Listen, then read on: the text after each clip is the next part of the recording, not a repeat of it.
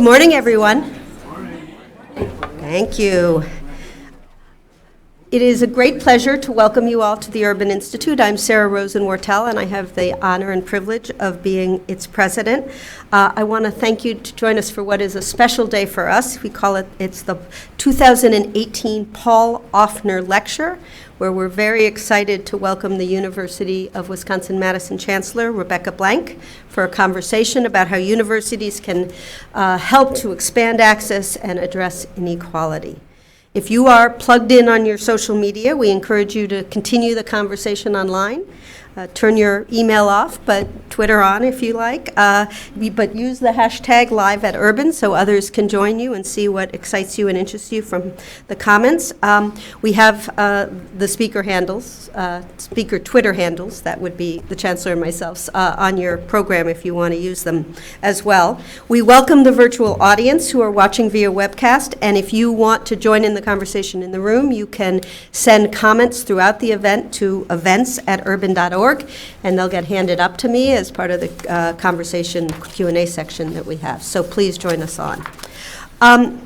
This lecture series was created in 2007 as a collaboration between the University of Wisconsin-Madison's La Follette School of Public Affairs, and it's a great honor to have the dean with us here today, and the Urban Institute, because the lecture series honors the late Paul Offner, who was a scholar, a state legislator, a congressional advisor, and an educator.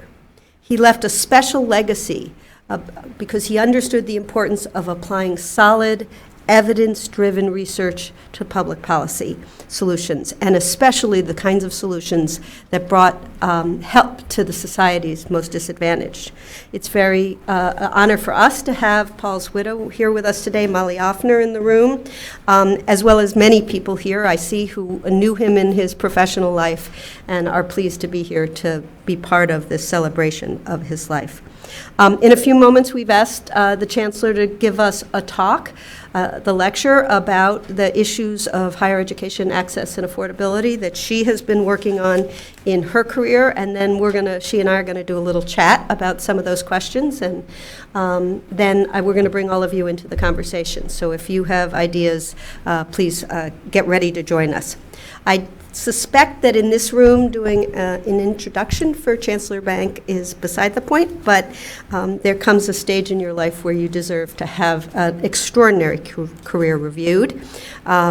Becky, I think it's easier for me to say than Chancellor Blank, with your permission, is an internationally respected economist who's worked in 3 different presidential administrations.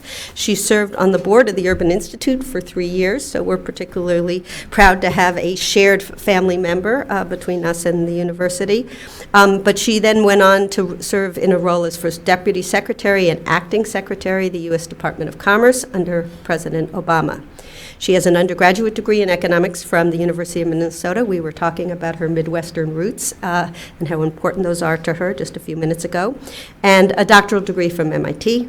She served on the faculty of Princeton, Northwestern, the University of Michigan, where she was dean of the Ford School of Public Policy, and she's led the University of Wisconsin-Madison since 2013. Becky has made her tenure at the University of Wisconsin a consistent pursuit to maintain that institution's leadership role as one of the top centers for research, but also one of the top deliverers of high-quality education that helps to serve the citizens, the students of that state and the country. And we are really excited to have her here to share the great challenges that our higher education system faces at the moment, and I hope some inspiration and the great opportunities ahead. Please join me in welcoming.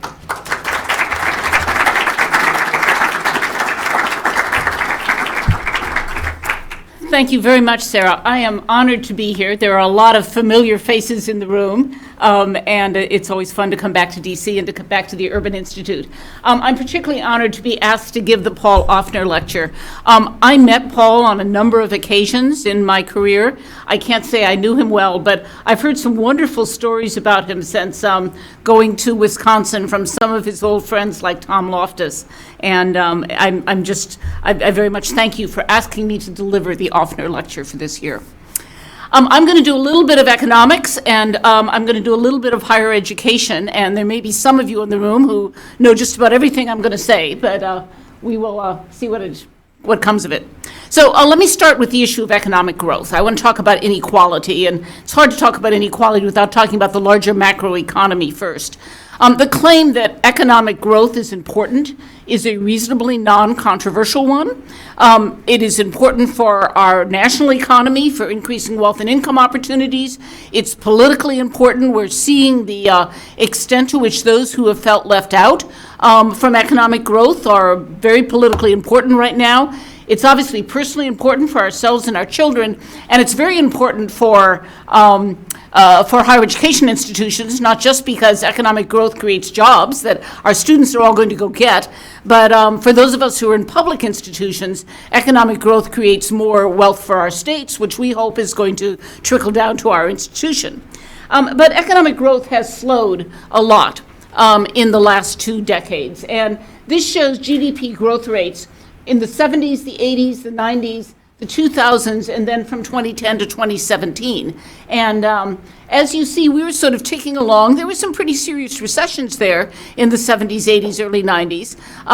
But things have really fallen to almost half of what the economic growth rates were before that. And even coming out of the recession and being in a very long extended recovery, we only have a 2.2% growth rate.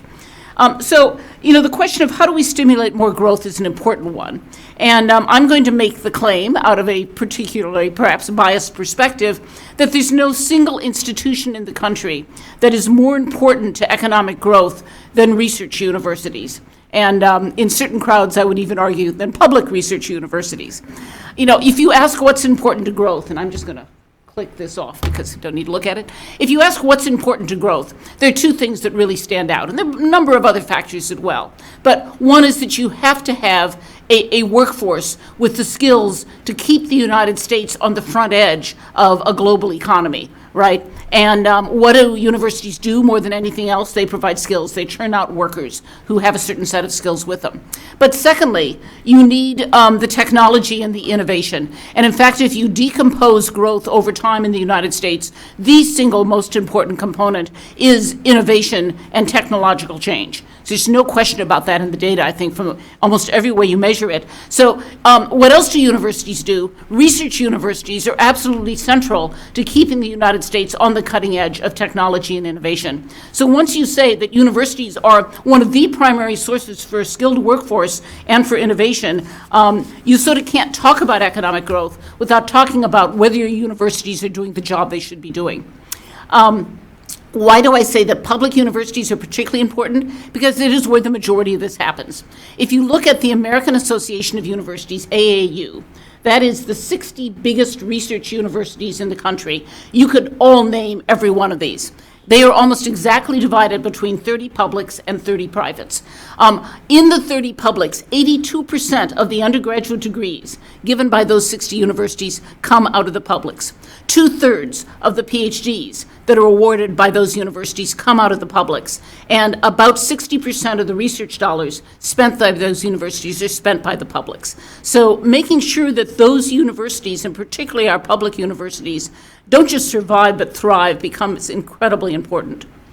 We have, however, come to recognize that economic growth by itself may not be the only important metric. We want the benefits of that growth to be experienced broadly in the population. And you see this occurring between 1955 and the early 1970s. There's huge economic growth in this country. And if you look at the income distribution, it all moves up together. Growth at the bottom is exactly the same as growth at the top. But as you all know, that is not what has happened in recent decades. Economic growth has only translated into growth in the top half of the income distribution. There are a lot of ways to look at this. This particular slide looks at the mean household income in each quintile, i.e. you line people up from the poorest to the richest, and you cut off every 20%.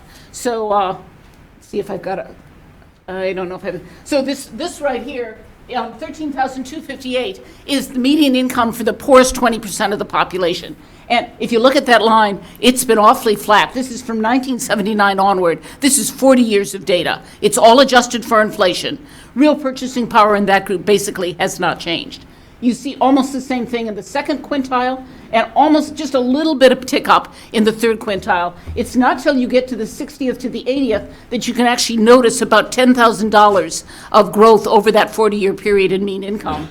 And then when you go to the highest quintile, you see incomes going from about 140,000 to 221 on average in the middle of that quintile. And if you look at the top 5%, you see much higher growth. And again, almost any way you cut this chart, you see that all of the economic growth over this period seems to be concentrated in going on to incomes in the top of the distribution. Why is that happening? Some of you know the answer to this far better than I. I'm not going to belabor it. There's a number of different factors here. One are technological changes that are very skill enhancing. They've basically advantaged more skilled workers and disadvantaged less skilled workers. So people with more skills have gone up in income. People with less skills have actually lost out. There have been changes in the global economy as to where jobs have shifted, that less skilled jobs increasingly are in growing areas in Asia, not just China, but Malaysia, Vietnam, a number of other things. And then there have been institutional changes that have reinforced this as the minimum wage has stagnated, as unions have declined, with changes in benefits that have forced companies to put more money into health care and less into wages. There's a whole set of things here that over the last 40 years have seriously disadvantaged people who have lower wage jobs and advantaged people at the top. So the question, of course, is how do we change this? How do we both generate more growth, but generate more growth in a way that's more equitable? And there are a number of possible answers to that. I will throw out 3 big ways to think about it. We could actually change the technologies in some way that improve the jobs. Let's change these trends. Let's do some things that are less skill enhancing and that make jobs for less skilled and lower wage workers more attractive and start bringing them up. I can think about ways to do that in terms of incentivizing technologies that enhance low-skilled workers, but I have to tell you, these big trends that are driving the technology, that are driving the changes in trade and where jobs are located, I don't see them, we aren't at the end of them. I don't see them stopping. I think it's going to be almost impossible to fight against those big trends and substantially change the jobs themselves, at least, at some pretty large level. The second thing you can do, of course, is provide greater economic support for low-wage workers. And this is in many ways the progressive agenda. You can pay workers more by raising the minimum wage. You can expand benefits through broad health insurance policies or through expansions of the earned income tax credit. You can give workers greater say in the workforce through workers' councils or doing something with unions. But I will tell you, I do not think we're at a political moment where we're going to accomplish much of that. I'm, as many of you know, a strong supporter of some of those policies, but I don't see that as what's going to get us out of this problem anytime in the near future. So that leads me to a third approach, which is in many ways less satisfying because it's much slower, and that is by improving workers. Raising skill levels of as many workers as you can so that the United States workforce is more composed of high-skilled workers than lower-skilled workers, and that in turn will raise productivity and raise wages. And let me make a note here. If we raise skill levels in this economy, it would not just help the more skilled workers. There is lots of evidence that says high productivity firms with lots of high-skilled workers pay everyone in the company more.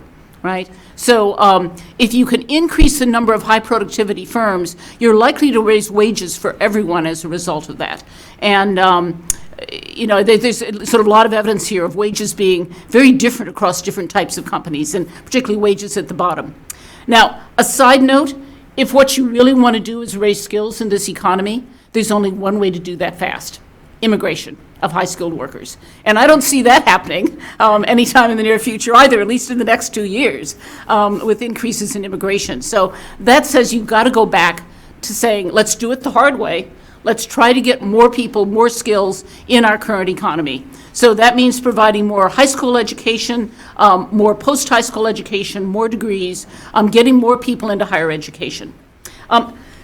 Many people immediately raise the question, if we try to put more people into college, Is it going to have the same returns? Have we maxed out on the value of college, i.e. maybe the people who aren't currently going to college wouldn't get any benefit from it, right? It's a valid question. There's a lot of research on that, and that research is quite unambiguous. That even those who are the most marginal students today benefit substantially from getting a college degree. And there's some very clever papers here where they look at students who were just above and below the cut point of flunking out of school. And, and do some regression discontinuity work and show there's a huge return to college, even among those who just came that close to flunking out. And, there's other things that look at really the most marginal students who would come, who, you might think aren't going to get much out of this. The answer is they do. I mean, I think the research is quite unambiguous. For the average student, college is more valuable than it's ever been if you look at the dollar return to those who go to college versus those who don't, and try to do some equivalent calculation. But even for more marginal students, college returns, higher education returns, 2 years or 4 years, are very significant, so that there is a margin on which you could move. If you can get more people into higher education, you're going to accomplish something in terms of greater productivity and hopefully higher wages. Of course, anyone who knows anything about the U.S. knows this is not just a story about education and income on average. It's also a story about race and ethnicity. And we have, no one here will be surprised, very large gaps in access to and completion of higher education. So this is, where did I lose it? Went too far. Go back one more. All right. This is a graph of cumulative earnings. This is actually from a Urban Institute paper by Josh Mitchell, who I don't know. He's looking at cumulative earnings by people in their 40s. Who were born in the mid-1960s. So this is people in the early 2000s. And you see you're going from high school dropouts, high school graduates, some college degree, advanced degree. This is cumulative earnings. So if I'm reading this paper correctly, this includes the fact that people with advanced degrees spend a whole lot more time in school than people who are high school dropouts. Even with that difference, 8 years of difference in school, look at the difference in terms of what you get. The correlation here between education and earnings is incredibly tight. And what's more important, it's become tighter. So this is people who were born 20 years earlier. These are people in their 40s in the 1980s. You still see greater cumulative earnings among the more educated, but that correlation, the lack of returns to the dropouts, or the low wages among the dropouts, and the much higher cumulative earnings among the advanced groups has just taken off. And again, it's another part of the fact this rising inequality and is very, very linked to education and really matters. And then if you look at race and ethnicity on these issues, here's educational achievement among whites, blacks, and Hispanics. And again, I've got high school dropouts in the red, all the way up to people with advanced degrees in the blue. Among whites, 53% have a post-high school degree. Among African Americans, it's 33%. Among Hispanics, it's 29%. Huge differences, again, no surprise to this audience, in who has access, or even more importantly, who completes college, right? Given this evidence of what's the correlation between education and earnings, it's becoming even tighter than it was in the past. And who has access to this? The issues of what we need to be doing to expand access and to address some of these inequality issues are clearly tightly tied to which populations we need to get into and through college successfully. Now, it's the end of my slides. Let me make a key point here. Access to education is not actually the long-term key issue anymore. It's not the main point. The main point is completion. There's a recent report on undergraduate education by the American Academy of Arts and Sciences that notes that over 90% of high school graduates enroll in a higher education institution these days. The issue is not getting people to think that higher education is something they should pursue. The issue is getting them to complete. Only 60% of those who enroll in four-year schools complete, and only 30% of those who enroll in two-year schools complete. So, and those numbers are, you won't be surprised, markedly worse among students of color. And then last comment here about enrollment and completion. Where you start school matters. It is, to use the research language, it's endogenous to your completion likelihood, because you are affected by your environment and by your friends. Going to a school with high completion rates for absolutely equivalent students results in a higher graduation rate than going to a school with lower completion rates. And again, there's a lot of evidence on that as well. So let me not talk about getting students into college. That, we could have a whole conversation on that, and we may go back to that in the conversation. Let me talk about best practices in terms of getting people to complete college. I don't think myself that it's a huge mystery as to what the factors are that matter. There are basically 4 things that matter to college completion. Number 1 is affordability, or the financial burden of attending. Number 2 is the quality of teaching and the curricular coherence, sort of the academic enterprise that you face. Number 3 is the quality and the availability of advising and counseling outside of which courses you take. And the last is the support of family and friends. And one of the biggest issues for a lot of students of color is they come from families that either in some ways undermine their efforts at higher education, or sometimes try to do things that are helpful that actually end up undermining them. I can't do much about family and friends support. That's not one of the levers that I at the university can pull. I can do some things around that and working with parents and working with students. But let me say just a few words about each of these other 3, and then I'll close and we can go into a conversation. So let me start with affordability. Affordability is a necessary but not a sufficient condition. You wouldn't know that by listening to the current public conversation, which suggests that all we need to do is provide free college and that will solve the problem. Indeed, there is quite a bit of evidence that free college doesn't work very well. Some of you know the research on places like the Kalamazoo Promise in Kalamazoo, Michigan, where they basically said anyone who graduates from high schools in Kalamazoo, we will pay their tuition when they go to college. Turns out that didn't do much. We can come back and talk about that. There's no question that affordability really matters, but by itself, if your other things are not in place to help to completion, if those other 3 factors aren't taken account of, it won't by itself do all that much. Affordability is very linked to time to graduation. The biggest indicator of, are you likely to drop out, how much debt you take on, what sort of issues you face, is how long does it take you to complete. The faster you can get students through higher education, the better they are along a whole variety of metrics.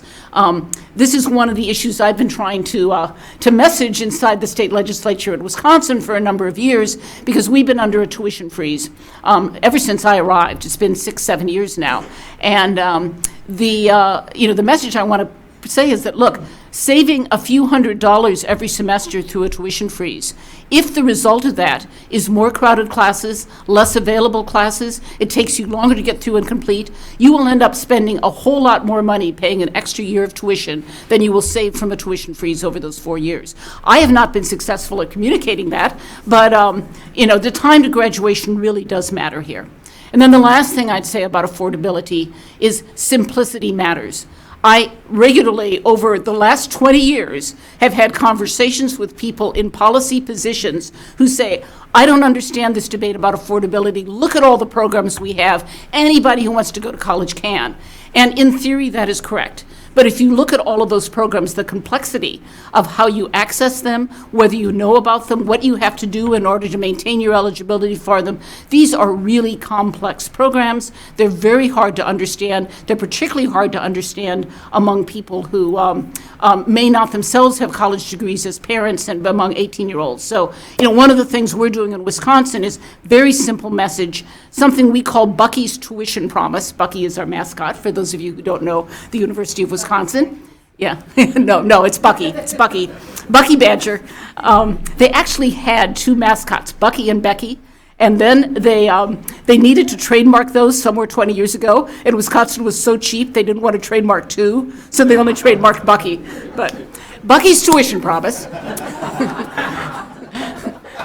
Bucky's Tuition Promise says that if you are in a family in the bottom half of the income distribution in the state of Wisconsin, that means your parents make $56,000 or less, no other condition, and you are admitted to the University of Wisconsin at Madison, we will guarantee that we will provide scholarship aid to cover all financial costs related to tuition and fees for 4 years, right? It's really simple. If you're in this income category, you get 4 years of basically all tuition and fees being paid for. Now, you still have to pay all your other expenses, and that is not cheap, and that may lead to still taking out some loans and working hard. But the simplicity of that message, I think, is far more important than, let's put this condition on and let's worry about this person doing that. And simplicity matters here. It's affordability. Number 2, teaching and curricular coherence. Teacher training is really important, and we really don't do it. There are a lot of people in this room who have PhDs. I want to know how many of you in your PhD work, a lot of your colleagues, many of you went on to teach, ever got serious training about how to teach? Yeah, not hand goes up, right? There are ways to teach people to be better teachers. We tend not to do it in higher education. Shame on us, we need to work on that. But it's also true that a coherent curriculum matters. And students who often fail because they don't get the information about what they have to take to get to where they want to go. They mess up on their distribution requirements. They take courses they don't need. They take them out of order, and then their next course fails because of that. One of the things we did when I came in was I wanted to get our time to graduation down, so we plotted how long on average in every major it took our students to graduate, and we compared that to the average among our peers. And for every place where our time to graduate was longer than the average among our peers, we went back to department chairs and deans and said, what's going on here, right? In the vast majority of cases, it was curricular coherence. Right? They were not clearly messaging what students needed. Students were taking classes out of order. They were taking the long classes. They weren't getting the right type of assistance. So affordability, teaching and curricular coherence, advising and counseling. That's closely related, obviously, to curricular coherence, but you've got to tell people about that. They need to have the expectation of that they're going to get help when they need it, and they know how to ask for it. There's increasingly some great new technologies that allow you to identify early when students are in trouble, to nudge them, to get them to seek help, but there's no substitute for good advisors, mentors, counselors. And I should note that this is particularly important, of course, to low-income first-gen students. Liberal arts schools are particularly bad at advising. We know how to do career counseling for and advising for engineering students. We know where they're going. We know how to do that for teachers or for business school students, but very few math, chemistry, art history, or sociologists end up going into that field.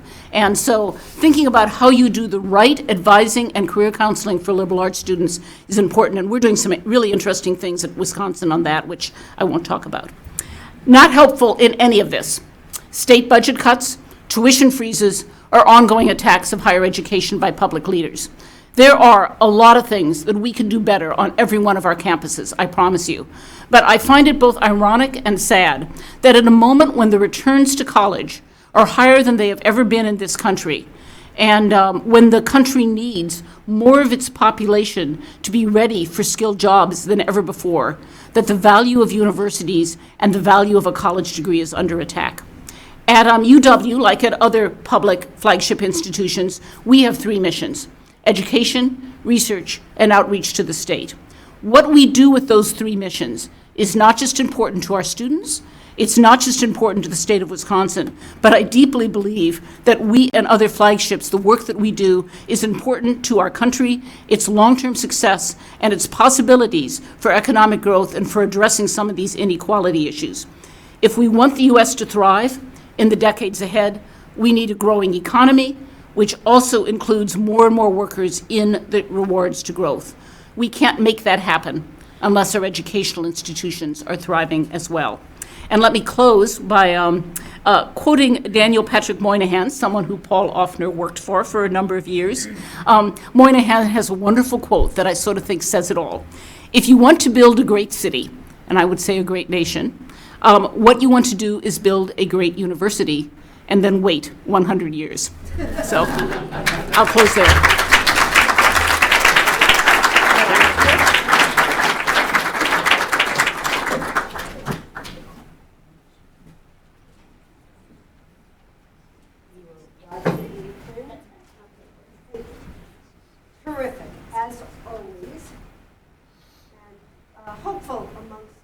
challenges. Thank you for that as well. Am I good? All right, great. Thank you. Well, thank you for that. That was, as always, sort of the ability to synthesize from the grand economic growth challenges to the advisory programs at the University of Wisconsin and back. It's pretty amazing. And I wanted to start with the grand challenges that you started out about the economy and economic growth. The forces, one way to describe those forces that you're seeing there is as though the underlying nature of our global economy is hardening the inequalities, that it becomes, we just spent 2 years doing the U.S. Partnership for Mobility from Poverty, and the key insight is that it is, from those charts, very hard to move from one economic sector to another in our society. One of our trustees, another of our trustees is Eduardo Padron, we were chatting about earlier, who runs University of Miami-Dade College in Florida, which is the country's probably largest community college. And he says, has a quote that I find challenging. He says, "Talent is universal, opportunity is not. And colleges and universities have a choice. They can either be incubators of talent and innovation or engines of inequality," another institution that plays a role in hardening those challenges. I think in many ways your talk hit on many of those same themes, but I was wondering if you could pull them together and respond to that challenge. Yeah, so it's clear that, if higher skills lead to higher income among the college educated, universities can be one of the main sources for this rising inequality. And there's no question that, particularly in today's world, those who have more income to invest in their children are much more likely to get their children into college. And so you see, by the nature of who has more access to higher education, the pulling apart of the income distribution, and universities are part of that.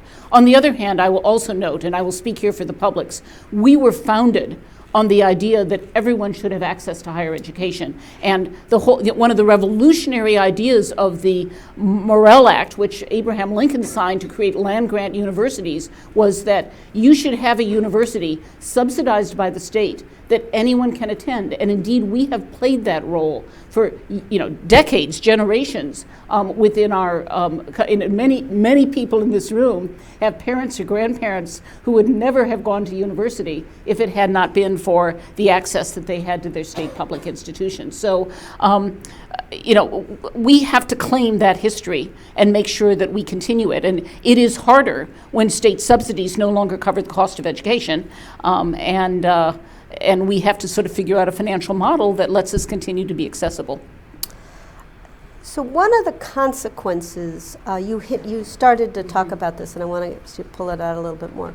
One of the consequences of the challenges of persistence and the lack of completion is that there's a growing dissatisfaction with college and university as an institution in society, and many people have seen the polls that Pew came out first last year and with follow-up research that suggests that there's a greater polarization around the idea of college. And you would argue that we were just chatting, that as an institution, it's in some ways bipartisan, that while it is true that Republicans' support for the institution of college is falling more rapidly, that there's a decline in both parts of the political spectrum.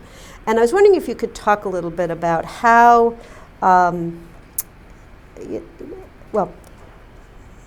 if you're a person who does not have access to college, there is a sense that society is no longer providing the dignity and reward for you in sense that you're an honored member of our community.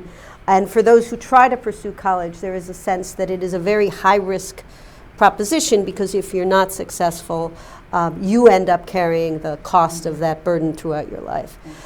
Do those forces play a role in that changing public attitudes, and what could we do to change it? Yeah, it's a big question. One of the things that I find most discouraging is, and I said this at the end, I mean, at a time when the returns to college have never been higher, the suspicion of higher education and its value is also rising. And, there's the economist in me that says this doesn't, market forces should go the other way, right? When returns go up, people should be more appreciative of this. And it's not the world we're in.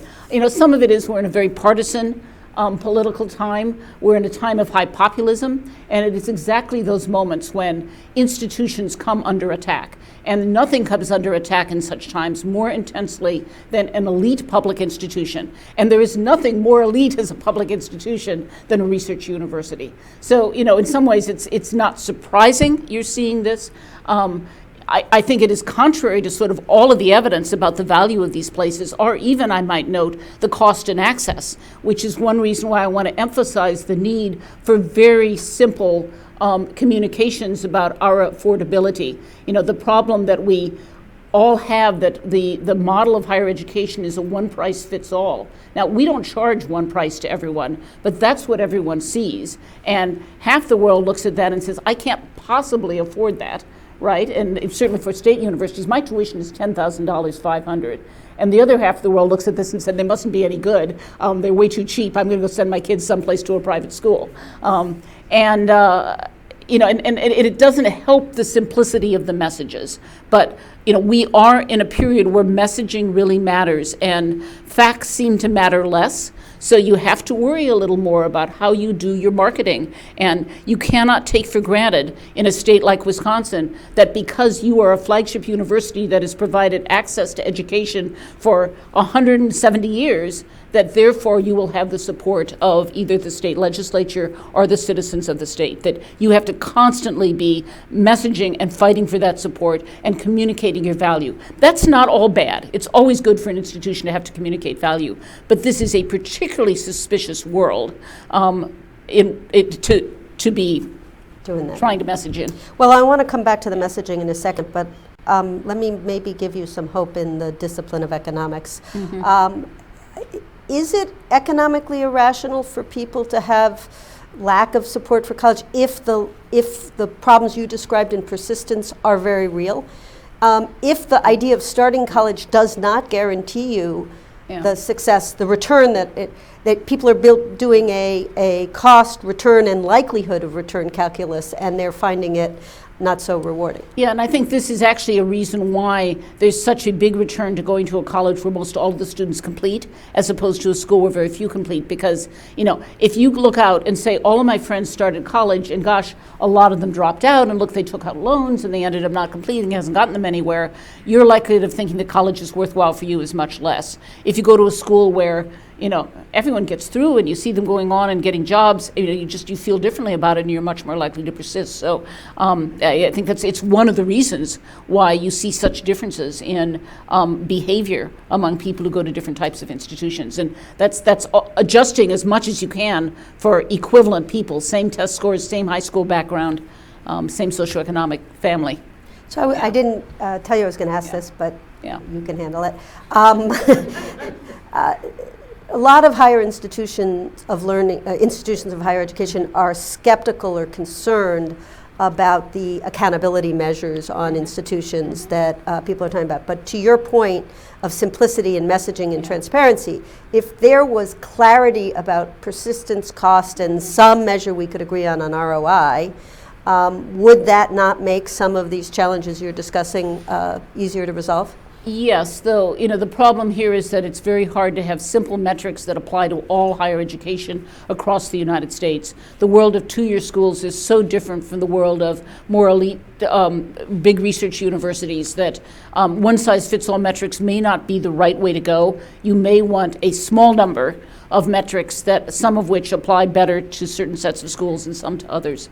So, for instance, the graduation rate as we calculate it right now, it's to my benefit. But it's not the right way to calculate graduation rates. Right now, the only graduation rates you ever read about at any of our schools are people who start first time, full time in that school as to whether they graduate or not. So none of my transfer students are counted in. None of the students who start out as part-time students are counted. If I am running online courses, since most of those people are not, or online degrees, since most of those people are not first-time, full-time, they don't get counted. So it's a very bad measure, actually, of what's happening inside a university. And the trouble is, these are really, education's a complex thing. We have to have accountability measures.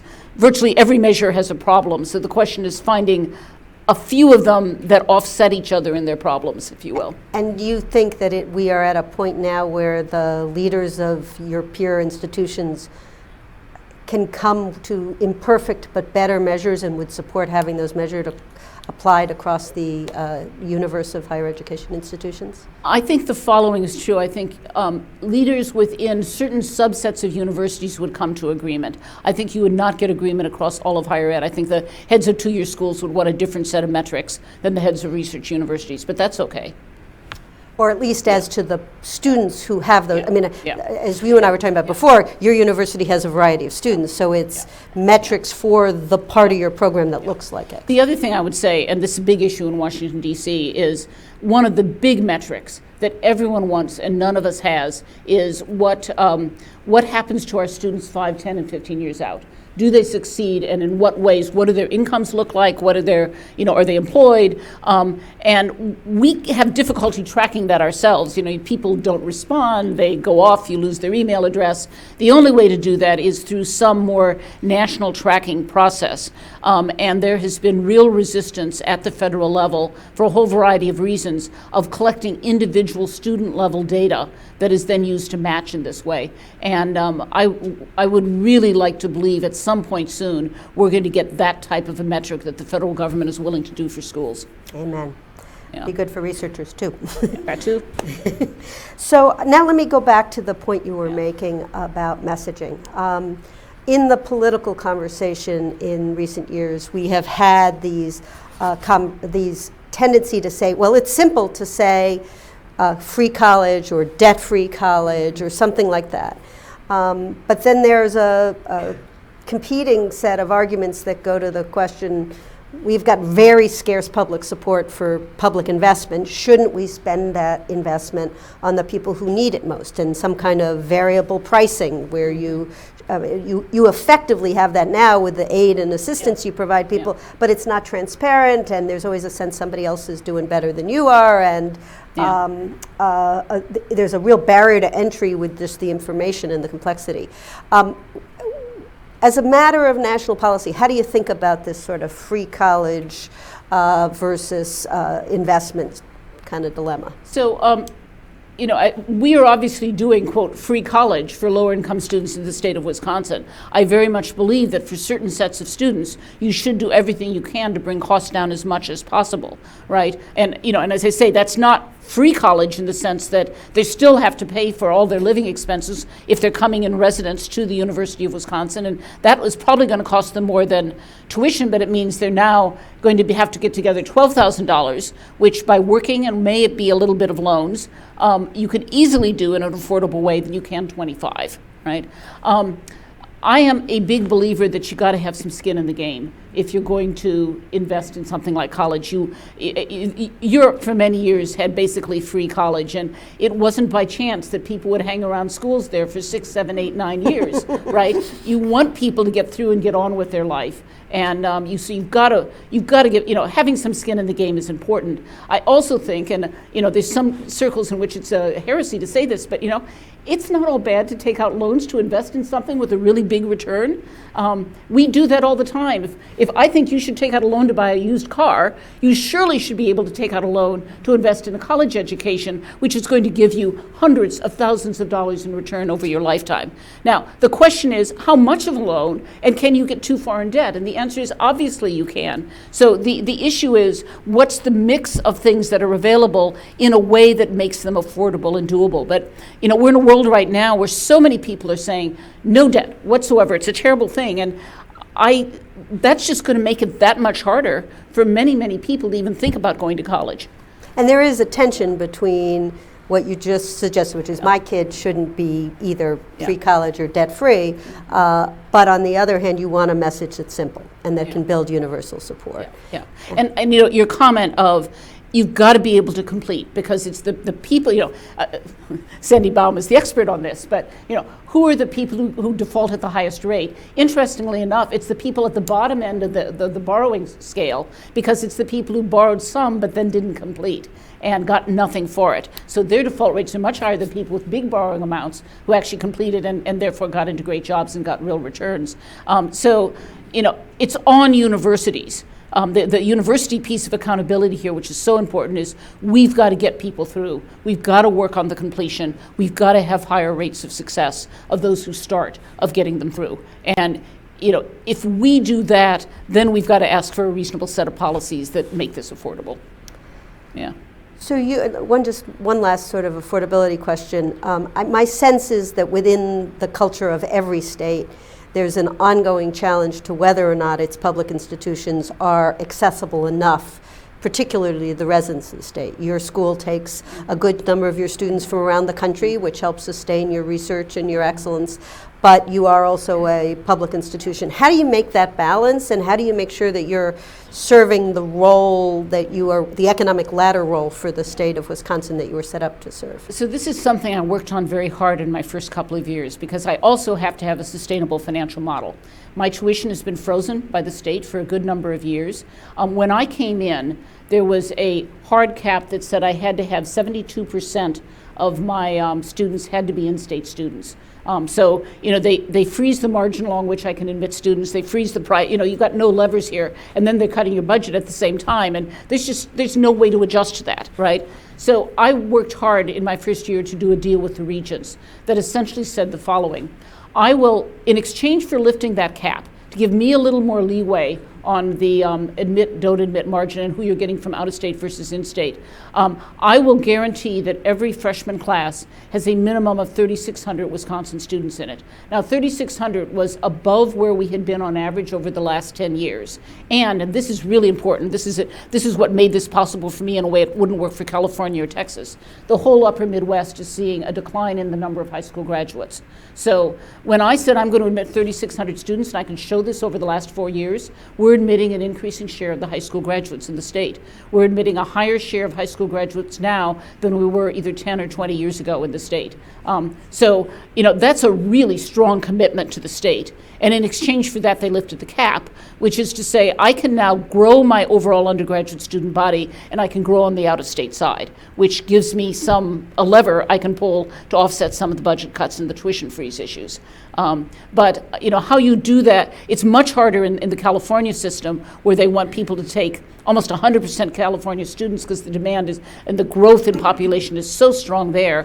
At the same time, they want to freeze tuition and cut budgets. They're just in trouble. I at least had some levers I could negotiate because of the demographics, to be honest. You talked at the beginning about the role that institutions of higher learning play in economic growth. Mm-hmm. One of the special responsibilities of institutions is to play a role in the economic growth of the surrounding community, almost as an anchor. And I think you're a land-grant institution as well, so you have a responsibility not only to Madison in some ways in its economic vitality, but to the agricultural and rural communities of the state.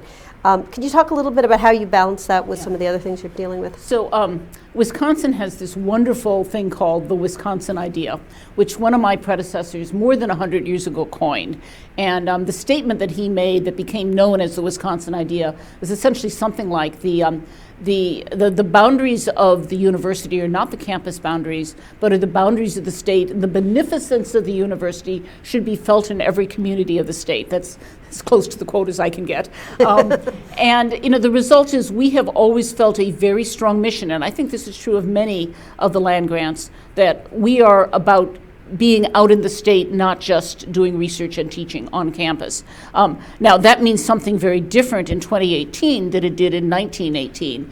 And, among other things, it means that we have to be much more engaged with the private sector in active collaborations with them as they want particular sets of skilled workers, and we need to be talking about the skills they need and how we're providing that, and not just sort of making it up as we go along as to what we think we ought to teach students. It means we have to be in research collaborations with them, and it almost surely these days means we have to be very active in promoting entrepreneurship and new business startups, in addition to all the traditional things we've always done in the state. We run the extension program that is out there in smaller communities. We are very involved in, our arts program goes out to high schools around the state. Our medical school goes out and runs clinics and does service in various parts of the state that have low population physician numbers. So all of that is part of the mission of a modern university, but you can't support that unless you have a stable financial model around your research and education. If what you really want to do is a both and here, but they all depend on, the outreach has to depend upon stability in the other parts. And I would also argue that's probably another place where we don't yet have great metrics of the ways in which institutions play an economic growth. We've actually been struggling with that in the state because the state once has wanted to put the amount of money that they give us being predicated on certain accountability metrics, which I don't have a great problem with. Test is always on what the metrics are. And one of those metrics we've been trying to argue about is what is it that you use to measure outreach in the state? And if anyone has any great ideas, they come talk to me afterwards. It's a tough one. The dollars we spend is sort of what we're using right now, and that's not a very good measure of how well we're serving the state. So another place where I'm asking a question I didn't prepare you for, and I apologize. To lead an institution of higher learning over the last 5 years has been a challenge, and I think probably an especially hard one in a state with relatively conservative politics. You've had the Black Lives Matters movement, kind of a growing awareness of the degrees to which implicit bias changes the nature of how people have opportunity or not in a classroom, I'm sure, in a dorm room. You have I think, a growing concern about whether or not our research and our teaching has structural racism elements in it. How have you talk a little bit about what it's like to lead through that, and where have you feel like you've been successful in being able to raise those issues up in a way that builds community, even if it may be initially painful to have some, tough conversations. Yeah, the issue around inclusivity and racial bias, not just race, so bias in a number of ways, is a topic on every campus that I know of, right? It has been very acute on our campus. We are a predominantly white state. We are a predominantly white campus. That makes it a less welcoming environment for some number of our students of color. What has happened on campus and the growing awareness and activity on these issues has, I will say, unambiguously kicked up our attention and programming and resource commitment into all sorts of issues that are attempting to address diversity and inclusion. I can give a number of examples here. We're now doing a program for all incoming freshmen in their first 2 weeks that is basically a conversation. It's 2 conversations, guided conversations about what is their identity, what communities do they come from, how do those communities shape how they think about the world, and what does that mean when they suddenly find themselves living in the dorm and attending classes and being an institution with a whole bunch of people whose communities were very different and their assumptions about the world are very different, and opening those issues up when students first arrive and having them talk about and think about it, we think is very important. We weren't doing that. On the other end of the spectrum, we've just announced a new target of opportunity program aimed at providing many more resources to help departments diversify their faculty, and something that we were doing but not in nearly as serious a way as we are doing right now. There's no question that we have been pushed, and that's a very good thing. One of the biggest problems I have with this is I'm in a world where I've got some set of outside observers who tell me I'm being too politically correct and I should ignore all of this, and then I have lots of people inside campus who really want to see more activity. And there's no question what the right thing to do is, right? But it does make you have to weave through some politics in a pretty complex way to explain what you're doing and why you're doing it. And I regularly, when I'm off campus, the one argument that I can make that really does seem to resonate is, the statement that in a 21st century economy, if you can't live, work, and be with a more diverse group of people, you will not be successful in your career. Business is demanding this of us.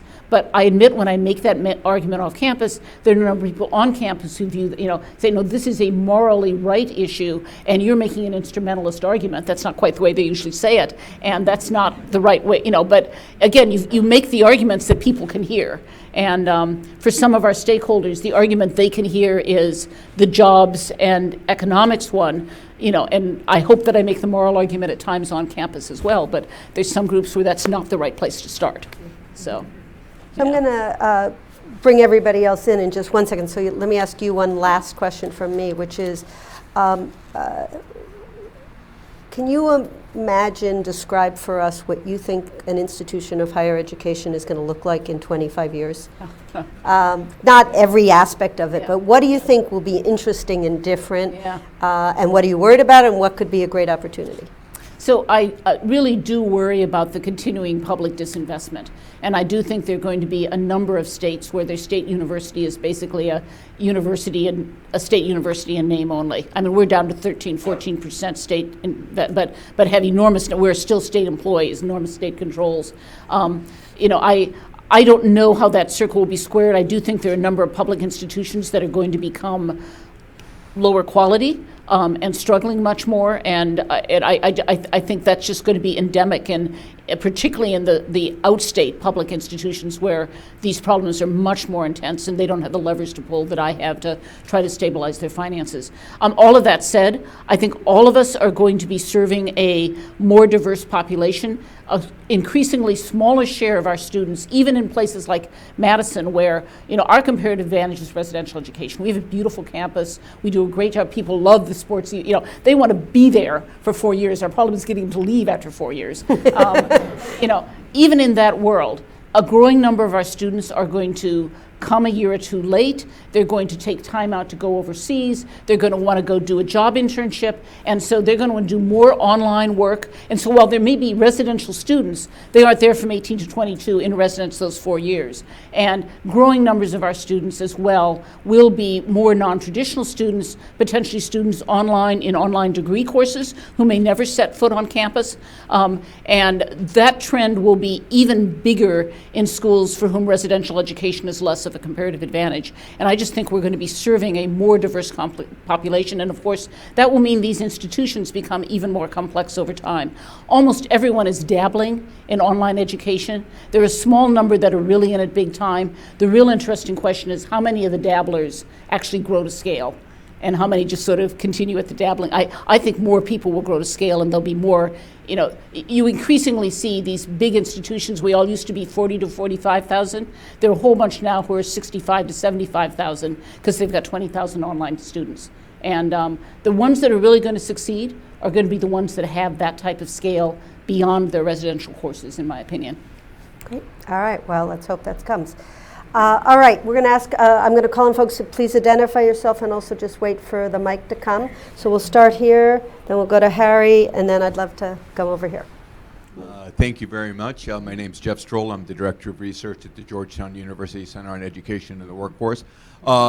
Two short questions. One, you wrote a paper, I believe, in 2002 about the potential complementarity between equity and efficiency, and I'm wondering if you have any general reflections on this now that you're in your position of chancellor, and especially as we see threat to race-based affirmative action. I don't believe class is going to get us anywhere close to racial equity in colleges. And secondly, if I understand correctly, Madison is engaging with the new census project with LEHD to tie degree data with Treasury data to be able to look at the earnings by program. Mm-hmm. And I'm wondering, what you think about that, how you might use it, and do you think it can help move the needle on the equity issue? Yeah. Thank you. So one way to look at what I just tried to talk about is that it's trying to argue that we can, by providing greater equity, actually create more economic growth, right?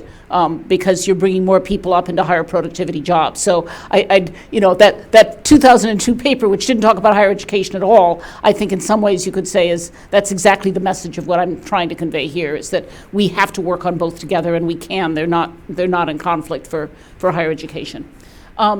In terms of what they're doing for on the data side, I'm not familiar with the details of exactly where that stands, so I can't give you a very specific answer. In general, as I say, I really think trying to do more to give us metrics that talk about exactly how our students perform after they're out of school is deeply important. People have no idea. I mean, you go in and talk to students who are political science majors. I suspect there are a number of them in this room, and they sort of know political science is interesting, and they might think, well, maybe I want to go work in the state legislature or some such thing. But they have no idea what if you're a political science major and you look at the alums from 20, 30, 50 years out, what are they doing and what do their careers look like? And one of the things we're trying to do at the University of Wisconsin is map that out. Use our alums to come back and talk to students and give them that sense by major of what the alums with these majors have done and where they've gone, and and having that type of data. And the earnings are only a piece of it, of course. They're a snapshot that give you one particular piece of information, but it's very important data. So I really hope some of those projects come to a scale that make them useful. Harry? Hi, Harry Holzer, Georgetown University. So Becky, thank you for a great talk, and both on the economics and the other stuff that matters as well. Sandy and I wrote a book last year that wrestled with a lot of the same issues, but with a little more focus below the flagships and with a lot on the 2 years as well. Yep. And you correctly identified the tremendous heterogeneity. So if you think about completion, and we share your goal of raising completion rates, but if you look, the overall 6-year completion rate at 4-year institutions is about 60%. Take out the flagships, it's well below that. At the 2-year schools, if you only count degrees, it's 25, 30%. And if we could be fantastically successful, maybe we'd raise those by 10 percentage points, something like that. So you're left with a set of very difficult choices and trade-offs that I think that are hard to evaluate. And by the way, at the 2-year schools, there's survey data that you look at the young people coming in, not the adults coming back. If you survey them, 85% of them think they're going to get a BA. They kind of dabble and take a lot of liberal arts. 14% of them finish that. So their expectations are wildly out of line with reality.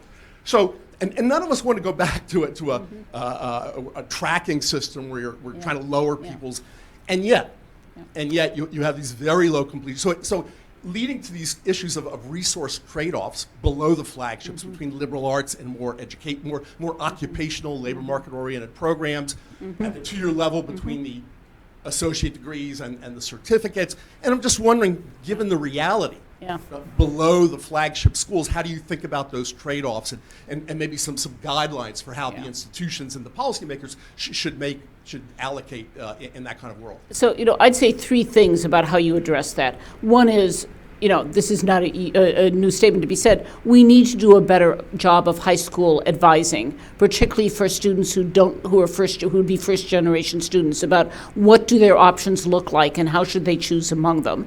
And in turn, we need to do a better job for students who start at one point in the system of having access from that point into other points of the system. So we now have automatic admission from the 2-year schools in the state of Wisconsin into Madison and into the other schools, conditional upon then completing certain things. And the requirements to get to Madison are a little different than the requirements to get to UW Oshkosh, but it eases that so that people can start at different places and move through the system a little bit more easily and have advising. That's number 1. Number 2, we all have to work on getting completion up. And if you're at 30 and you can get to 45, that's a big difference, right? If you're at 60, you need to get to 75. And, I'm at 87 and I need to get above 90, right? But my third comment is, I do think we need to do a better job of giving people interim credentials so that, whether it's, this thing called badging where, rather than getting a degree, you get a certificate in something. And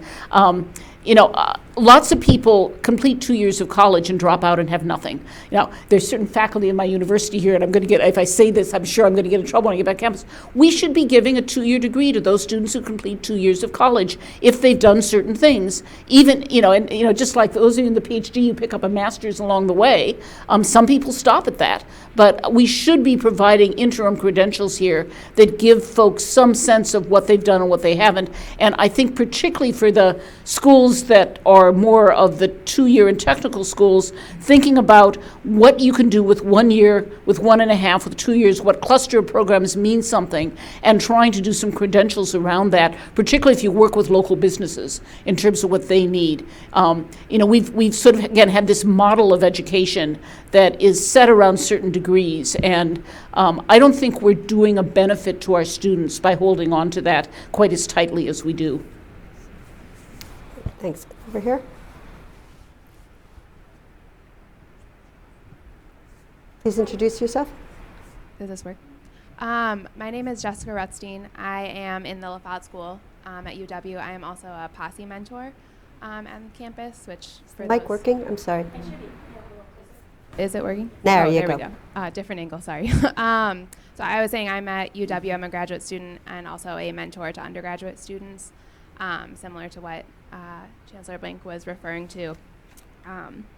Basically, from what I'm getting from what you're saying is that there are many efforts happening now on the macro level to influence these inequality issues that are in higher education. But as a mentor to students who are currently in the higher education system and maybe facing these inequality issues, it's hard for me to not think of my macro efforts to influence that. So I'm curious, in an effort to prevent students that I'm serving right now from missing out on future benefits of these long-term and higher level systemic efforts that are happening to address inequality in higher education, what can be done by someone in my shoes now? So you're asking what can you do as you advise students about what they should? Essentially, I'm asking, it sounds like there's a lot of long-range efforts and implementations happening now to address inequality in higher education, but for someone who today is serving students who are facing inequality issues in higher education, what can be done so that they aren't just missing out on things that will only benefit future students?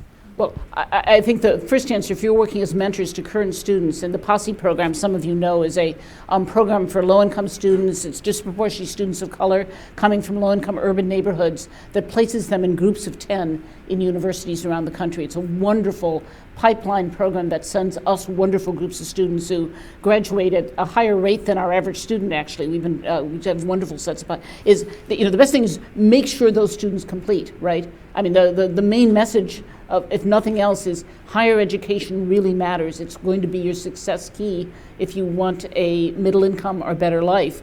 And making sure that as many students who you're working with get through the system and find ways to get their degree and move on and to think about the possibilities in their life. I mean, I think that's the most important thing you can do at a micro level on this.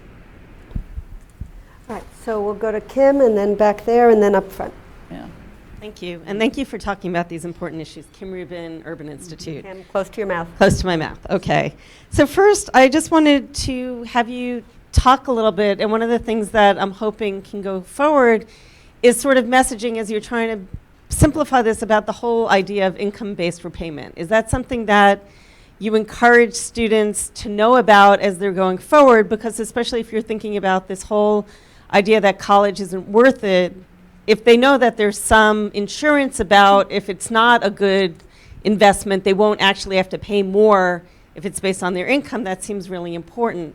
Yeah. The other thing I was hoping you could talk a little bit about is as we go forward and as technology becomes more and more of an issue, do you think that it might be the case that especially as we have more online learning, that there might be a point where some of the state universities lose their reason to exist? If you think that there might be more winners and losers, and especially if you think that students are more mobile and might not actually stay in the state, do you think we might get to a world where some states sort of forego their universities and their support because they don't feel like they're getting that return?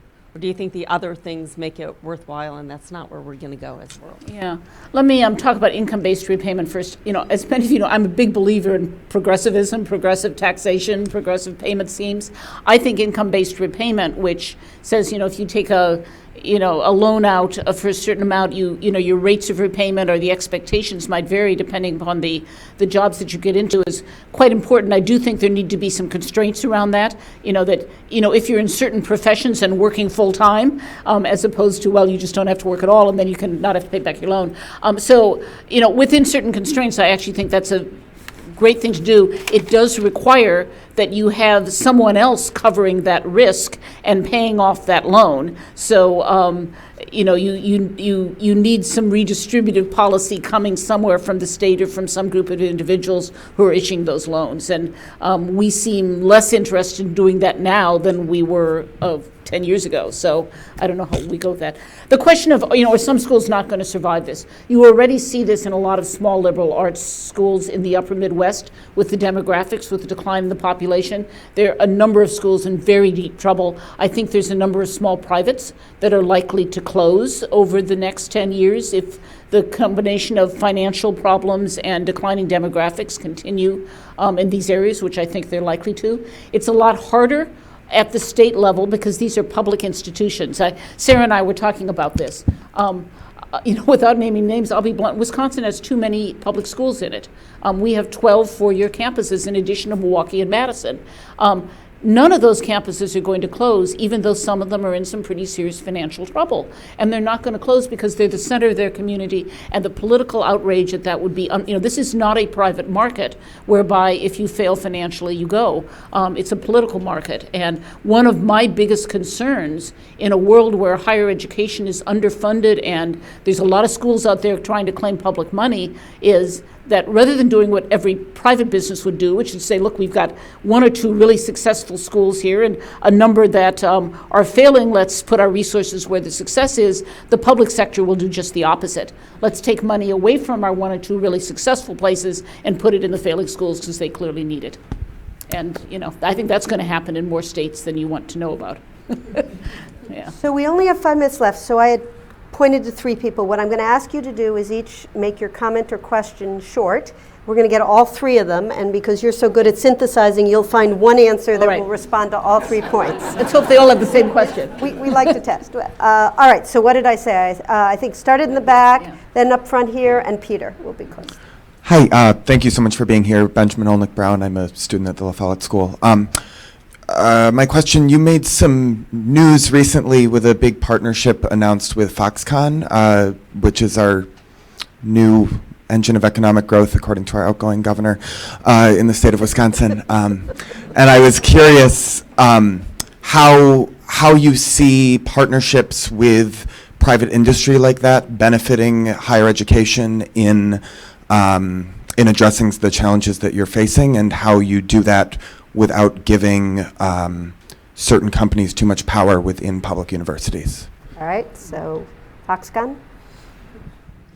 Good morning. My name is Richard Flintrop, a former Wisconsinite, and I've been following trends in Wisconsin's education for a long time.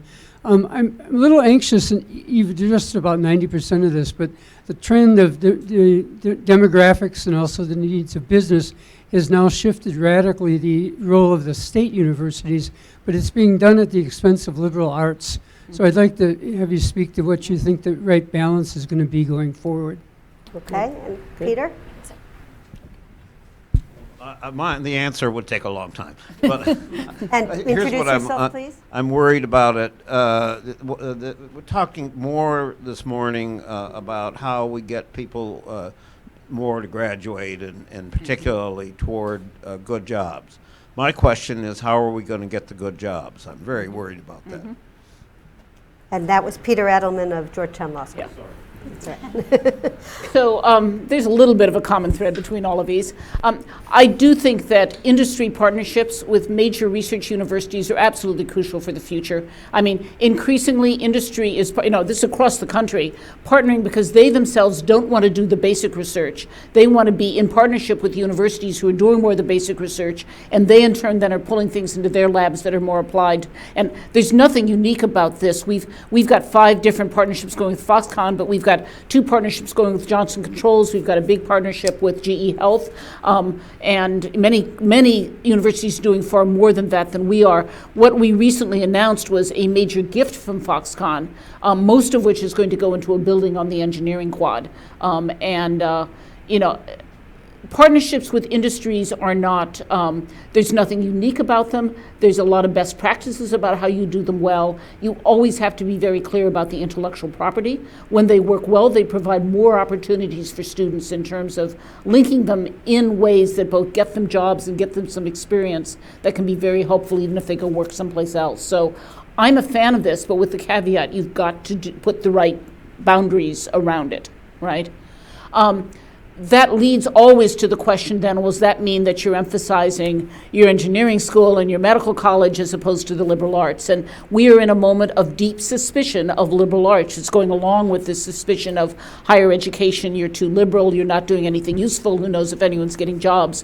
Whatever the evidence says, which I think is all on the opposite side of that, no one who is the president or head of any major institution can do that effectively these days without regularly standing up and defending the reason as to why we have a liberal arts-based curriculum for our undergraduates. I do that regularly. All of you don't need to hear that talk because you know the reasons for it. But if we were to lose the liberal arts as our basic curriculum, for undergraduates, a widespread set of skills on communication and writing, as well as understanding some quantitative knowledge, how to synthesize information, we would be the poorer for it.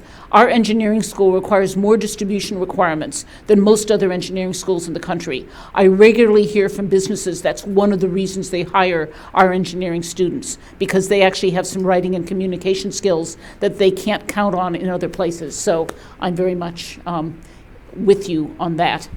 And the question of how do we improve the jobs, you and I should talk, I'm not sure there's, as I said, there's 2 ways. One, you try to stop the forces of technology and globalization, and I don't think that's a winning strategy. We're all going to be poorer for doing that. In some ways, we'll have less pie to redistribute. I'm enough of an economist to believe that one.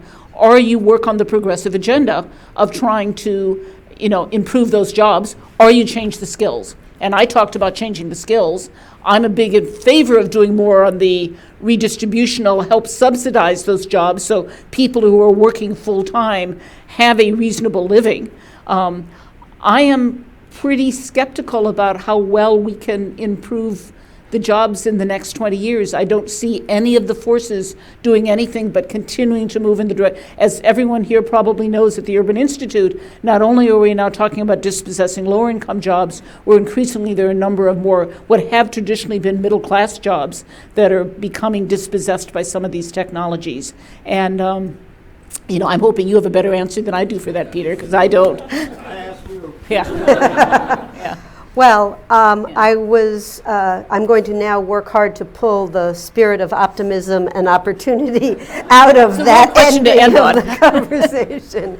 But I think if I see opportunity and optimism, it's because the good, hard thinking about equity, inclusion, economic opportunity, and how do we make this educational system work for everyone is happening in the leaders of some of our finest institutions. We are thrilled that we share Becky Blank with the University of Wisconsin, at least in our history, and we are very honored that we got to hear, I think this discussion today embodied the spirit of Paul Offner in the weaving together of insights from evidence and good common sense practical learning.